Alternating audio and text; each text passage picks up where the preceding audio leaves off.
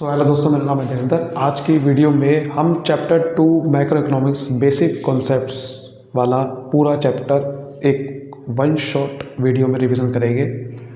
तो चलिए शुरू करते हैं। सबसे पहले आपको बता दूं कि इस वीडियो में डिटेल में ज़्यादा नहीं जाएंगे टॉपिक के, बट आपको टॉपिक की जो समझ है वो अच्छी हो जाएगी और आप ये चैप्टर को अच्छे समझ जाओगे चैप्टर है क्या, और एक एक करके टॉपिक की क्लैरिटी होती रहेगी। बिल्कुल डिटेल में मिल जाएगा और बिल्कुल ऐसा नहीं कि मैंने बस ऊपर ऊपर समझा दिया। ठीक है, चलिए स्टार्ट करते हैं। सबसे पहले इसमें टॉपिक आता है डोमेस्टिक टेरिटरी या फिर इकोनॉमिक टेरिटरी का कॉन्सेप्ट क्या होता है। ये बहुत जगह पे है कि डोमेस्टिक टेरिटरी का मतलब क्या होता है, यानी कि जिस देश में हम रह रहे हैं उस देश की बाउंड्रीज वो क्या है, यानी कि घरेलू जहाँ पर हम रह रहे हैं उस देश की क्या बाउंड्रीज है, तो उसको क्या बोलेंगे, डोमेस्टिक टेरिटरी। कौन सी बाउंड्री? पॉलिटिकल बाउंड्रीज या पॉलिटिकल फ्रंटियर्स। जैसे हमारा इंडिया का मैप है, इंडिया में जिस जगह पे भी आप रह रहे हो वो सब डोमेस्टिक टेरिटरी में आएगा। इंडिया का जो इलाका है पॉलिटिकल फ्रंटियर, मतलब जो इंडिया के मैप के अंदर आ रहा है। अंडमान निकोबार भी इंडिया के मैप के अंदर है, लक्षद्वीप भी इंडिया का हिस्सा है। जो इंडिया के हिस्से है जहाँ पर आप इंडिया के हिस्से में रह रहे हो वो क्या है, डोमेस्टिक टेरिटरी है। लेकिन इसके अलावा भी कुछ और चीज़ें होती है, वो आपको समझना है।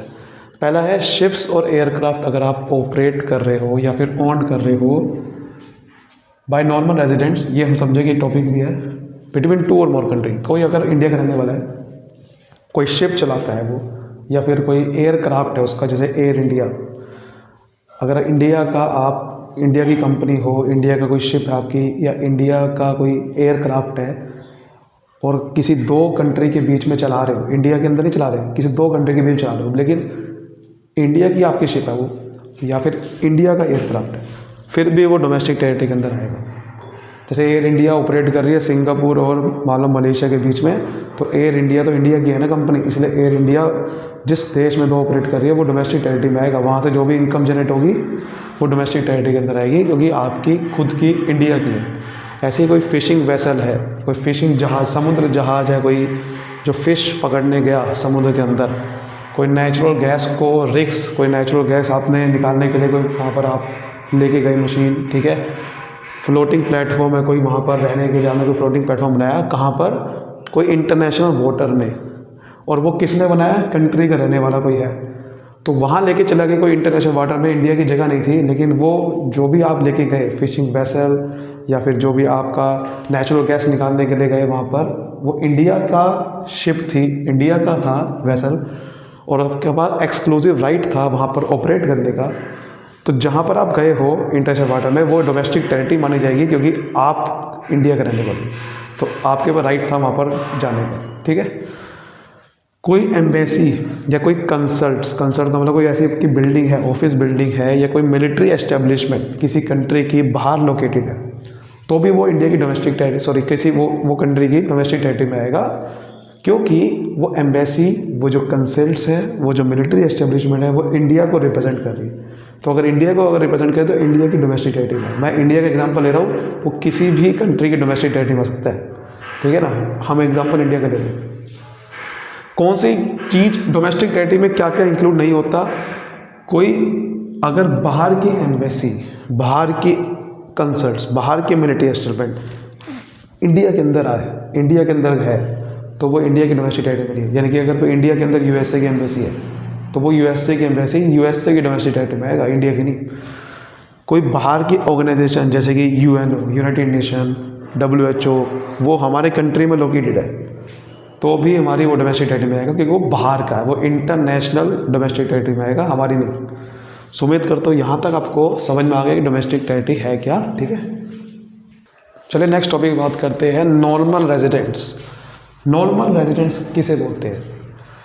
सबसे पहला, जो ऑर्डिनरी रिजाइड हो कंट्री में, ऑर्डिनरी जो रेजिडेंट होता है ना, उसे नॉर्मल रेजिडेंट बोलते हैं। अब ऑर्डिनरी रेजिडेंट का मतलब क्या है कि ज़रूरी नहीं है कि उसके पास सिटीजनशिप होनी चाहिए, यानी कि जरूरी नहीं है कि उसको नागरिकता मिले इंडिया की। अगर आपके पास नागरिकता नहीं भी है बट आप इंडिया के अंदर हो 1 साल से ज़्यादा, 1 साल से ज़्यादा, तो आप अपने आप इंडिया के नॉर्मल रेजिडेंट बन जाओ। ठीक है, लेकिन दूसरी चीज़ आपको समझनी पड़ेगी, सपोज करो ठीक है आपकी नागरिकता नहीं भी है, बट आप ऑर्डिनरी रेजिडेंट भी नहीं हो, लेकिन अगर आपका centre of economic interest India के अंदर है, उस कंट्री के अंदर है, सेंटर ऑफ इकोनॉमिक इंटरेस्ट का मतलब आपका मेन पैसा जनरेशन, जो पैसा कमाते हो आप इंडिया से कमाते हो, आपका जो मैन्युफैक्चरिंग है, आपके जो बिज़नेस है, आपका जो हेड ऑफिस है वो इंडिया के अंदर ही है, तो आप इंडिया से सब कुछ कमा रहे हो, तो उसे सेंटर ऑफ इकोनॉमिक इंटरेस्ट बोलेंगे। जैसे कि आपकी कोई मान लो कि हेड ऑफिस इंडिया के अंदर, रिलायंस कंपनी इंडिया की है और इंडिया की कंपनी कोई बाहर ऑफिस लगा भी दे बट उसका centre of economic interest India ही आएगा, यानी कि पैसा लेके तो इंडिया में आएगी वो। ऐसे ही अगर कोई डोमिनोज़ है, डोमिनोज़ इंडिया के अंदर उसकी बहुत सारे ब्रांचेज़ है बट मेन उसका सेंटर ऑफ इकोनॉमिक इंटरेस्ट यहाँ नहीं है, उसका कहाँ है, वो पैसा लेके बाहर जाएगी, ठीक है, इसीलिए। लेकिन कुछ चीज़ें आपको समझनी पड़ेगी, कौन कौन से चीज़ें नॉर्मल रेजिडेंट नहीं आती। जैसे कि कोई फॉरेन टूरिस्ट विजिटर्स कोई बाहर घूमने यहाँ पर आया, वो तो भैया एक साल से ज़्यादा थोड़ी आया, वो तो सिंपल घूमने के लिए आया, चला जाएगा, वो नहीं है नॉर्मल रेजिडेंट। कोई फॉरेन स्टाफ है, बाहर का स्टाफ है, तो भैया बाहर गया तो यहाँ का नहीं है। कोई एम्बेसी में काम कर रहा है, कोई डिप्लोमेट है, कोई मेंबर है आर्म फोर्सेस का, लेकिन वो बाहर का है तो वो बाहर पैसा ले जाएगा ना अपना। हम उसको कोई भी सैलरी देखें तो वो इंडिया के अंदर नहीं आएगी, वो इंडिया का रहने वाला नहीं है, वो बाहर का रहने वाला है। दूसरा, इंटरनेशनल कोई ऑर्गेनाइजेशन, जैसे कि ये मैंने बताया था डोमेस्टिक टेरिटरी में नहीं आता वो तो, और वो इंटरनेशनल ऑर्गेनाइजेशन कोई DUNO है, कोई WHO है, कोई वर्ल्ड बैंक है, उसके कोई ब्रांच है यहाँ पर, उसका पैसा भी बाहर जाएगा क्योंकि इसका main centre of economic interest India में नहीं है, ठीक है। उनके एम्प्लॉयज़ भी, अगर कोई एम्प्लॉयज़ है इंटरनेशनल ऑर्गेनाइजेशन के, वो भी अगर बाहर के तो भी उसका पैसा बाहर जाएगा, तो वो नॉर्मल रेजिडेंट नहीं। हाँ, अगर इंडिया के एम्प्लॉय है तो और वो इंटरनेशनल ऑर्गेनाइजेशन में काम कर रहे हैं तो वो नॉर्मल रेजिडेंट है, ठीक है। कोई क्रू मेंबर है, कोई फॉरेन वेसल का, कोई कमर्शियल ट्रैवलर का या सीजनल वर्कर का, कोई क्रू मेंबर्स हैं उनके जो कि फॉरेन वाले हैं, इंडिया वाले हो गए तो वो तो फिर नॉर्मल रेजिडेंट बन जाएगा, लेकिन अगर बाहर के हैं वो भी क्रू मेंबर जो काम कर रहे हैं उसके अंदर, वो भी नॉर्मल रेजिडेंट नहीं है। बॉर्डर वर्कर मतलब जैसे कि आप कोई पाकिस्तान पे बॉर्डर पे काम कर रहे हैं तो वो बेसिकली नॉर्मल रेजिडेंट पाकिस्तान का माना जाएगा। ये ध्यान रखना, जिस जगह पे बॉर्डर वर्कर काम करता है, ठीक है ना, वो उस जगह का नॉर्मल रेजिडेंट बन जाएगा, जिसके बॉर्डर पे काम कर रहा है। पाकिस्तान के बॉर्डर पे आप हो तो पाकिस्तान के नॉर्मल रेजिडेंट बन जाओगे, इंडिया के नहीं बनोगे। समझ रहे मेरी बात को? ये वो कहना चाह रहा है, ये बात क्लियर होगी पहले बहुत अच्छे से। अब बात करते हैं कुछ एग्जांपल, जैसे कि मान लो कोई इंडियन एम्प्लॉई अगर इंडियन एम्बेसी में काम कर रहा है, लेकिन एम्बेसी है USA के अंदर, तो इंडियन आ गया ना, रहने वाला तो इंडिया का है वो, तो ऑब्वियसली बात है ये नॉन रेजिडेंट है, इंडिया का रहने वाला है। इंडियन एम्प्लॉय फिर आ गया, आगे पढ़ने की जरूरत नहीं है, ये भी नॉन रेजिडेंट बन जाएगा क्योंकि वो कह रहा है कि कहीं भी काम करे। इंडियन एम्प्लॉय चाहे यहाँ काम कर रहा है चाहे बाहर काम कर रहा है, वो मेन है तो रहने वाला इंडिया का ना, तो नॉन रेजिडेंट इंडिया का ही बनेगा। अब देखो ये है दिक्कत, जापानीज टूरिस्ट इंडिया में आया 2 महीने के लिए सिर्फ, अगर वो आता है 1 साल से ज़्यादा तो बन जाता, बट नहीं है ना वो, तो इसका मतलब ये नॉन रेजिडेंट नहीं है। सिंपल, कुछ नहीं है फर्क। यहाँ तक क्लियर हो गई बहुत अच्छे से बात? तो ये चीज़ वो है। तो अगर किसी को नॉन रेजिडेंट बनना है तो वो 1 साल से ज़्यादा इंडिया में पहले उसको रहना पड़ेगा, ठीक है। और मेन उसका इकोनॉमिक इंटरेस्ट अगर इंडिया में ही आ जाए तो वो फिर नॉन रेजिडेंट बन जाएगा।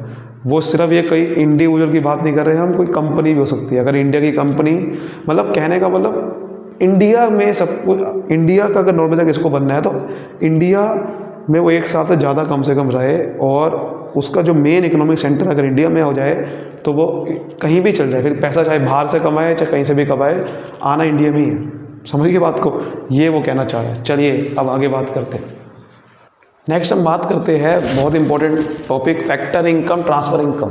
फैक्टर इनकम, फैक्टर जब वर्ड आ गया तो ये प्रोडक्शन की बात करता है कि जो आपने प्रोडक्शन करते हुए, किसी कोई प्रोडक्शन कर रहा था तो आपने फैक्टर सर्विस दी उसको, उसके बदले में आपको इनकम मिली, उसे फैक्टर इनकम बोलते हैं। तो लिखा हुआ ना, जो आपने इनकम रिसीव हुई फैक्टर ऑफ प्रोडक्शन से फॉर रेंडरिंग फैक्टर सर्विस, कोई आपने फैक्टर सर्विस दी। फैक्टर सर्विस कौन कौन सी होती है भाई? देखो, प्रोडक्शन करने के लिए क्या क्या चाहिए होता है? लैंड चाहिए होता है, ठीक है। लैंड अगर आपने किसी को दिया है प्रोडक्शन करने के लिए तो आपको बदले में आपको रेंट मिलेगा, तो रेंट आपकी फैक्टर इनकम होगी। अगर आपने लेबर दी है किसी को, आप खुद काम कर रहे हो, तो आपको क्या मिलेगा बदले में? मजदूरी मिलेगी, वेजेस मिलेगी। अगर आपने किसी को पैसा दिया है, कैपिटल दिया है काम करने के लिए, तो आपको बदले में ब्याज मिलेगी, इंटरेस्ट मिलेगा। और अगर आप खुद बिजनेसमैन, एज अ बिजनेसमैन काम कर रहे हो, आप खुद ही बिजनेसमैन हो, तो आपको क्या मिलेगा? प्रॉफिट मिलेगा। ये सब होती है फैक्टर इनकम। ये कमाई हुई इनकम होती है क्योंकि आपने खुद प्रोडक्टिव सर्विस दी है किसी बंदे को, तो आप अर्निंग करी आपने एक तरफ से किसी को सर्विस दी, दूसरी तरफ से इनकम ली, तो आपने कमाई है खुद। तो इसे बायलैटरल कॉन्सेप्ट बोलते हैं। बायलैटरल कॉन्सेप्ट का मतलब होता है कि जो आप टू साइडेड कॉन्सेप्ट है ये, कि एक आप इनकम आपको कैसे मिल रही है, आपने कुछ सर्विस दी, इस वजह से आपको इनकम मिल रही है। बट ट्रांसफ़र इनकम क्या होती है? आपने किसी को सर्विस कुछ नहीं दी बट आपको इनकम मिल रही है, तो इसे बोलते हैं income receive without any productive service. कोई सर्विस ही नहीं दी आपने लेकिन फिर भी इनकम मिल रही है। जैसे कि पेंशन आपको मिलती है, बैठे बैठे आपको बिना कुछ करे स्कॉलरशिप मिल गई, तो बिना कुछ करे कुछ मिल रहा है, वो ट्रांसफ़र इनकम है। तो इसे किसने बोलते हैं? यूनिलैटरल कॉन्सेप्ट बोलते हैं इसे। यूनिलैटरल कॉन्सेप्ट का मतलब है कि ये वन साइडेड है। आपने बदले में कुछ दिया नहीं लेकिन फिर भी आपको इनकम मिल गई, तो ट्रांसफ़र इनकम है। यहाँ तक बिल्कुल क्लियर हो गया? अच्छी से बात, बहुत बढ़िया। आगे बढ़ते हैं, नेक्स्ट बात करते हैं। ये भी बहुत इंपॉर्टेंट टॉपिक है, फाइनल गुड्स और इंटरमीडिएट गुड्स क्या होते हैं। फाइनल, जैसे कि आपको नाम समझ में आ रहा है, जो बिल्कुल रेडी हो चुके हैं खरीदने के लिए और उसको हम खरीद रहे हैं, उसको क्या बोलते हैं? Final goods. यानी कि which are used either for consumption, यानी कि उसको खरीदने के लिए, हम यूज़ करने के लिए रेडी है। वो खरीदेगा कौन? हम जैसे लोग, हाउस होल्ड्स। तो कंजम्पशन हाउस होल्ड्स करते हैं। लेकिन अगर उस गुड्स को, कोई ऐसा गुड्स है जो कोई फर्म्स इन्वेस्टमेंट के लिए खरीद रही, ठीक है, फाइनल गुड्स भी हो सकते हैं। जैसे कि एक तो है कि मैं सपोज करो कि मैं कोई चीज़ लेके आगे खा रहा हूँ, एक तो ये हो सकता है। एक हो सकता है कि मैंने कोई प्लांट एंड मशीनरी बना दी, कोई मशीन बनाई। मशीन थोड़ी खाऊंगा, मशीन आप इन्वेस्टमेंट के लिए यूज़ करोगे कि मशीन एक जगह पे रख दी, अब उससे आप प्रोडक्शन करोगे, तो वो इन्वेस्टमेंट है। तो या तो वो इन्वेस्टमेंट के लिए यूज़ होता है या फिर कंजम्पशन के लिए। लेकिन इंटरमीडिएट गुड्स ना तो वो कंजम्पशन के लिए होता है ना इन्वेस्टमेंट के लिए, ये होता है रीसेल के लिए, कि आपने बनाए गुड्स इसलिए ताकि उसको आगे बेचूं। आपने बेचा, वो आगे बेचेगा, ठीक है। तो आप उसको खरीद रहे हो आगे बेचने के लिए, या तो सपोज करो मैंने पीछे से बनाया चिप्स खरीदे और फिर चिप्स को ही आगे बेच दिया, ठीक है, तो वो चिप्स फिर आपका क्या बन जाएगा? Intermediate goods. लेकिन या अगर आप, या तो उसको आप फर्दर प्रोडक्शन के लिए यूज़ कर रहे हो, मतलब आप कोई सामान बनाना है, उस सामान को बनाने के लिए जो आपने पीछे से खरीदा, मतलब फर्नीचर बनाना है, तो उसके लिए आपने वुड जो खरीदी है, तो वुड आपके लिए इंटरमीडिएट गुड्स है, ठीक है। तो जो आपने पीछे से खरीदा कोई सामान को बनाने के लिए या फिर आगे बेचने के लिए, तो जो पीछे से खरीदा है ना, वो इंटरमीडिएट गुड्स होता है, ठीक है। और जो फाइनली कंज्यूमर को बेचा होता है वो फाइनल गुड्स होते हैं या फर्म को बेचा होता है। फॉर एग्जांपल मिल्क परचेज़ करा डेयरी शॉप ने, तो मिल्क परचेज़ किया डेयरी शॉप ने पीछे से, तो ये इंटरमीडिएट गुड्स है। या फिर उस मिल्क को यूज़ करा कोई स्वीट्स को बनाने के लिए, मिठाई को बनाने के लिए, या ये हो गया फर्दर प्रोडक्शन के लिए, ये हो गया रीसेल के लिए, ठीक है, रीसेल के लिए हो गया ये। इनकी डायरेक्ट डिमांड होती है, यानी कि इनकी डिमांड डिपेंड करती है फाइनल गुड्स पे। अगर फाइनल गुड्स की डिमांड कम होगी तो इनकी भी डिमांड कम हो जाएगी। कोई अगर मिल्क नहीं खरीदेगा तो ये पीछे से मिल्क हम खरीदेंगे भी नहीं। तो इनकी डिमांड डराइव होती है किसके ऊपर? डिपेंड करती है, इसके ऊपर डिपेंड करती है। अगर ये नहीं बनाएंगे, ये नहीं बिकेगा तो ये भी नहीं बिकेगा। और इनकी वैल्यू मर्ज कर देते हैं फाइनल गुड्स में। इसको समझेंगे इस कॉन्सेप्ट से। प्रोडक्शन बाउंड्री क्या होता है? प्रोडक्शन बाउंड्री देखो क्या होता है। फॉर एग्जांपल एक फार्मर ने कॉटन बनाया, कॉटन प्रोड्यूस करा 2000 रुपये का, वो आगे बेचा उसने बी को, तो बी के लिए कॉटन क्या बन जाएगा? इंटरमीडिएट गुड्स, क्योंकि बी उस कॉटन को यूज़ नहीं कर रहा, बी उस कॉटन से धागा बनाया, उसने थ्रेड बना दिया, उसने कॉटन को यूज़ करके थ्रेड बनाया, तो उस कॉटन उसके लिए इंटरमीडिएट गुड्स हो गया।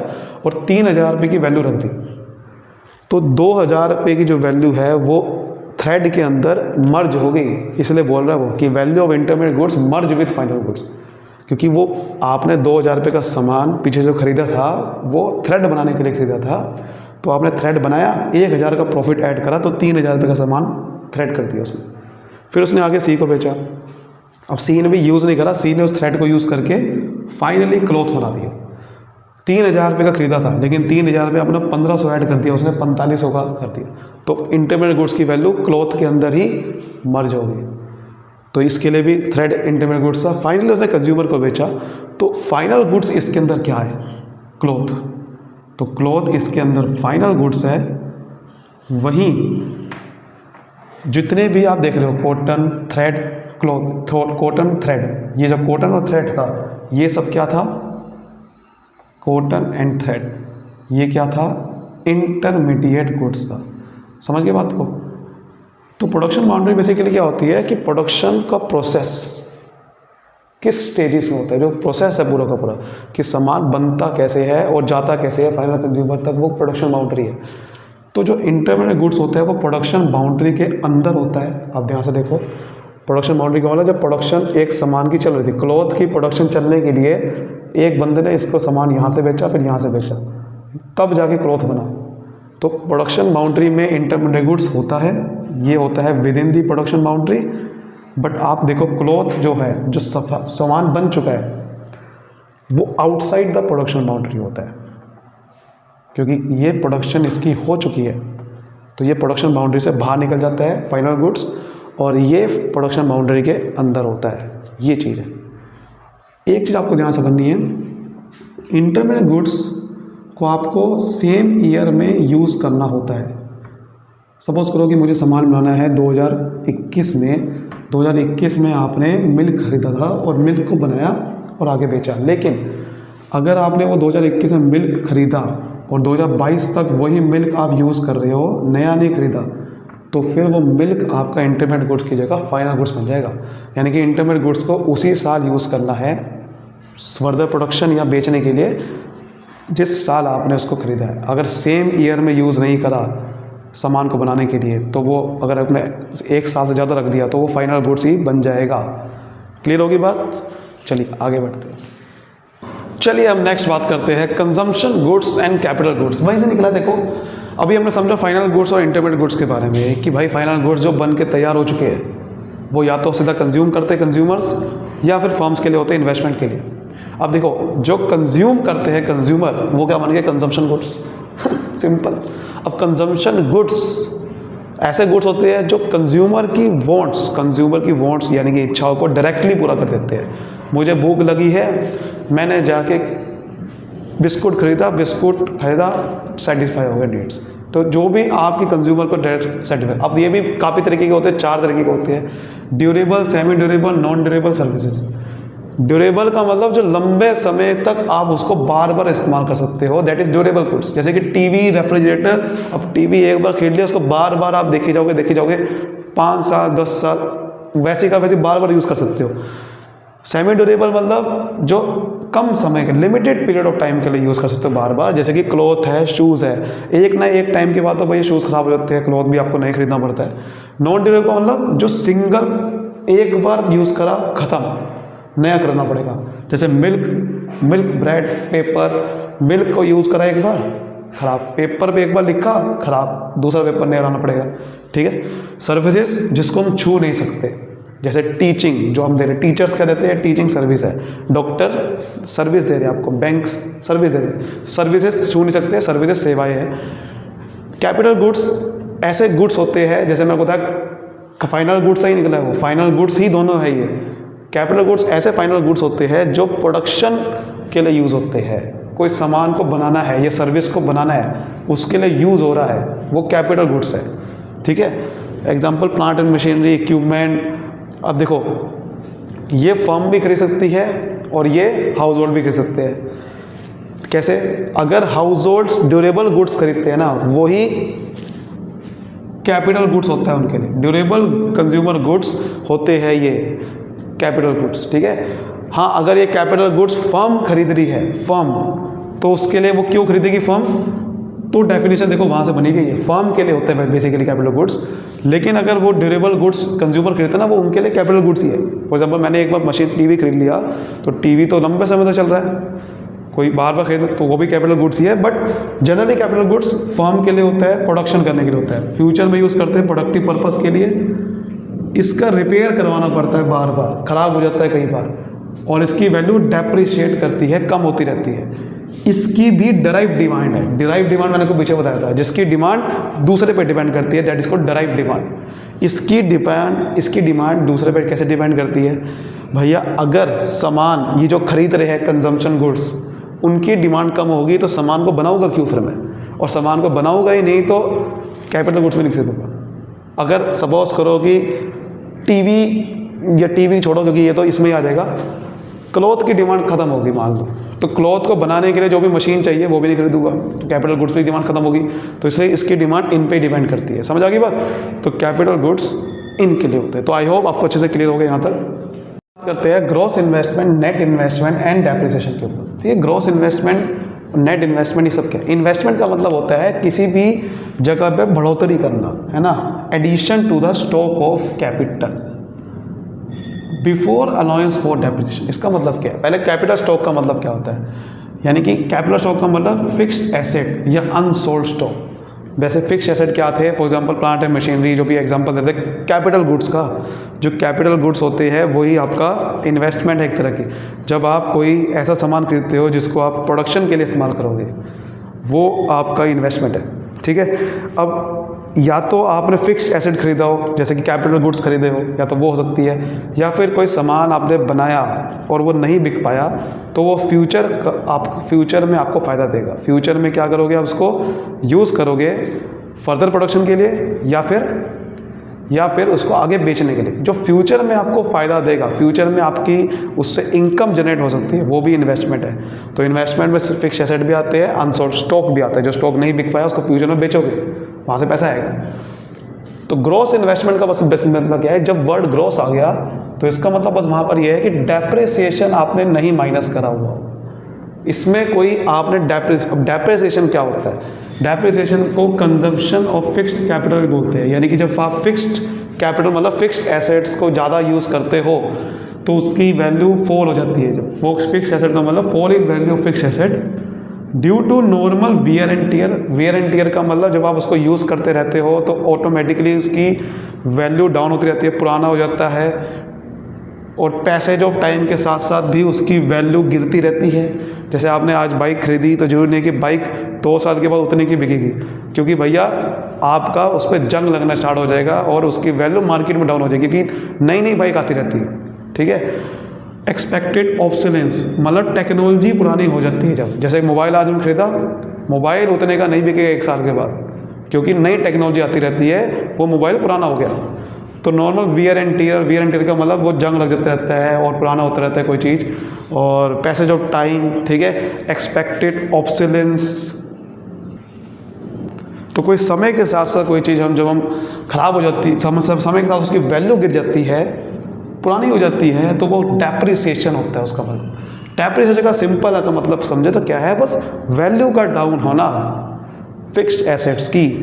ठीक है, वो वाले फिक्स्ड एसेट जिसे हम छू सकते हैं, जैसे प्लांट एंड मशीनरी, बिल्डिंग, इनकी वैल्यू जब डाउन होती रहती है। सबसे बड़े एग्जांपल आप बाइक का लो, मोबाइल का लो, इससे बड़े कोई एग्जांपल नहीं है। लेकिन कैपिटल लॉस में और ग्रोथ थोड़ा डेप्रिसिएशन फ़र्क होता है। कैपिटल लॉस अगर वर्ड आ गया इसका मतलब ये होता है कि इसकी वैल्यू ही होता है लेकिन ये लॉस है, वहाँ वैल्यू डाउन हो रही है। यहाँ पर लॉस का मतलब कोई नुकसान हो गया वैल्यू का। कैसा नुकसान हो गया? अनफोर्सिन ऑब्सोलेंस, एकदम से कोई नई टेक्नोलॉजी आ गई।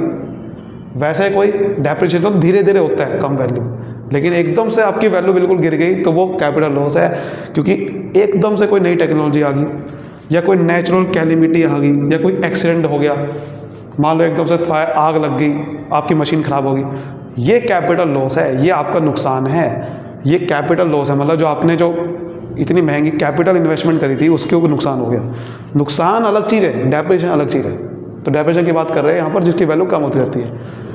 तो अगर आपने ग्रोस इन्वेस्टमेंट की बात करनी है तो इसके अंदर क्या करना है? आपने डेप्रिसिएशन माइनस नहीं करना है। ये बस ध्यान समझ कि फिक्स्ड एसेट जो आप ले रहे हो उसके अंदर इन्वेस्टमेंट अगर हमने करी तो उसमें अगर डेप्रिसिएशन माइनस नहीं करा तो उसे बोलते हैं ग्रोस इन्वेस्टमेंट।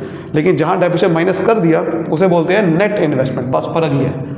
नेट वर्ड का मतलब होगा कि एक्चुअल एडिशन कितनी करी है कैपिटल स्टॉक में इकोनॉमी के अंदर, कि इकोनॉमी में जितने भी आपने इन्वेस्टमेंट करी, अगर आपने उसे डेप्रिसिएशन हटा दिया तो वो एक्चुअल इन्वेस्टमेंट है, उसे नेट बोलते हैं। तो अगर आपने ग्रोस इन्वेस्टमेंट में से डेप्रिसिएशन माइनस कर दिया, उस पर जो लगा हुआ जो इन्वेस्टमेंट की वैल्यू गिर गई थी वो माइनस कर दिया, तो आपकी नेट इन्वेस्टमेंट आ जाएगी।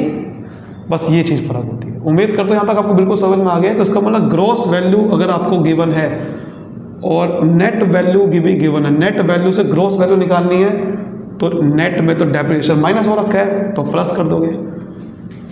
तो अगर ग्रोस से नेट तक पहुंचना है तो डेप्रिसिएशन माइनस कर दो, नेट से ग्रोस तक पहुंचना है तो वो डेप्रिसिएशन इसमें ऐड कर दो। ये होता है बेसिक्स कॉन्सेप्ट्स।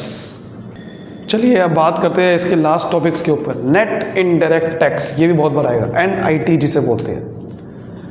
इसका मतलब होता है कि difference between indirect taxes and subsidies, कि जो भी आपने इनडायरेक्ट टैक्सेस पे किए उसमें सब्सिडी हटा दो तो आपके नेट इनडायरेक्ट टैक्स आ जाएगा। अब इनडायरेक्ट टैक्स क्या होता है? तो इनडायरेक्ट टैक्स बेसिकली गवर्नमेंट आपके ऊपर इम्पोज करती है प्रोडक्शन, या फिर अगर आपने कोई सेल करा है गुड सर्विस, सामान बनाने पे, सामान बेचने पे, GST सबसे बड़ा एग्जांपल। वैसे इनडायरेक्ट टैक्स का मतलब बेसिकली ये होता है कि जो आपके ऊपर टैक्स लगा तो आप अपना बर्डन किसी और पे भी शिफ्ट कर सकते हो। लगता है ये सेलर पे करता है बायर। आप सामान खरीदते हो तो आप GST पे करते हो, जमा वो करता है जो जिसको आपने दिया है। That is called indirect taxes. Simple, अभी सिंपल रखो इसको। सब्सिडी मतलब फाइनेंशियल असिस्टेंट जो आपको मिलती है, यानी कि आर्थिक रूप से जो आपको फ़ायदा मिलता है गवर्नमेंट की तरफ से, प्रोड्यूसर को दिया जाता है ये, क्योंकि प्रोड्यूसर जमा करता है to fulfil its social welfare activity. समाज की भलाई करने के लिए आपको सब्सिडी देनी पड़ती है कई बार गवर्नमेंट को। जैसे कोई पिछड़े हुए इलाके पे कोई इंडस्ट्री खोलनी है, अब वो इंडस्ट्री तभी खोल पाएगा वो बंदा जब उसको सब्सिडी देगी। मान लो उसको कह दिया कि भाई आपको टैक्स में छूट मिल जाएगी अगले 3 साल तक अगर आप इस पिछड़े हुए इलाके में इंडस्ट्री खोलोगे, तो वो खोलेगा। तो इसीलिए गवर्नमेंट जब कोई समाज की भलाई के लिए काम के लिए कोई टैक्स में छूट दे देती है, दैट इज सब्सिडी। अब आपको एक बात समझनी है, फैक्टर कॉस्ट और मार्केट प्राइस।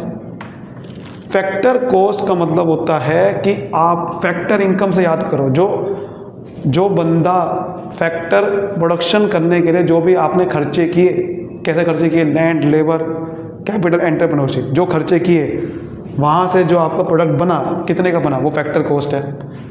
ठीक है। एक होता है मार्केट प्राइस। मार्केट प्राइस मतलब जो सामान बिकेगा कितने का, टैक्स जोड़ के। मार्केट प्राइस हमेशा आपने देखा होगा कि पीछे लिखा होता है कई बार inclusive of all taxes, MRP में लिखा होता है इंक्लूसिव टैक्सेस। तो MRP में टैक्स इंक्लूड होता है। तो अगर मुझे यहाँ तक पहुँचना है कि मेरा सामान बना कितने का था, तो मुझे मार्केट प्राइस में NIT यानी कि नेट इनडायरेक्ट टैक्सेस को माइनस कर देना होगा। यानी कि मुझे ये माइनस कर देना होगा कि जो मैंने टैक्सेस तो दिए लेकिन उसमें से आपने सब्सिडी माइनस कर देनी है। NIT का मतलब क्या है कि इनडायरेक्ट टैक्सेस जो आपने दिए उसमें से जो आपको वापसी मिल गया, सब्सिडी मिल गई, उसको हटा दो। नेट कितना दिया अगर आप MP में से वो माइनस कर दोगे तो समझ में आ जाएगा कि सामान बना कितने का था, कॉस्ट कितनी थी उसकी, फैक्टर कॉस्ट। यहाँ तक क्लियर हो गया बहुत अच्छे से। NIT बहुत काम आएगा ये आगे टॉपिक। आगे है लास्ट है net factor income from abroad. Factor income याद करो क्या थी, एक थी ट्रांसफ़र इनकम, एक थी फैक्टर इनकम। अच्छा, अगर आपको कोई सब्सिडी मिल रही है तो ये आपने कमाई थी? नहीं। अगर गवर्नमेंट से आपको सब्सिडी मिल रही है तो ये ट्रांसफ़र इनकम है, क्योंकि आपने कमाई नहीं थी। बट फैक्टर इनकम जो कमाई हुई इनकम होती है।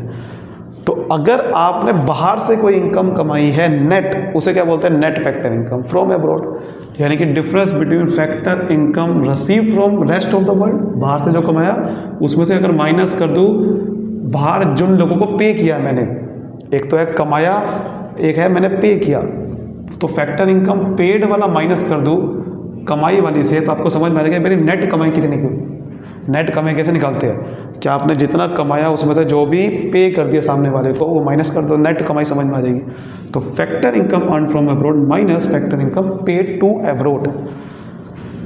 ये बहुत काम आता है नेशनल इनकम निकालने के लिए, क्योंकि नेशनल इनकम क्या होती है आगे आपको बहुत टॉपिक आएगा। नेशनल इनकम बेसिकली देश की इनकम, कि देश ने कितना कमाया, देश के नॉर्मल रेजिडेंट के थ्रू कितना। नॉर्मल रेजिडेंट अभी मैंने समझाया था पीछे, नॉर्मल रेजिडेंट ने जो पैसा कमाया देश में, देश से, चाहे देश के अंदर चाहे देश के बाहर, उसका मतलब नहीं है, वो नेशनल इनकम है।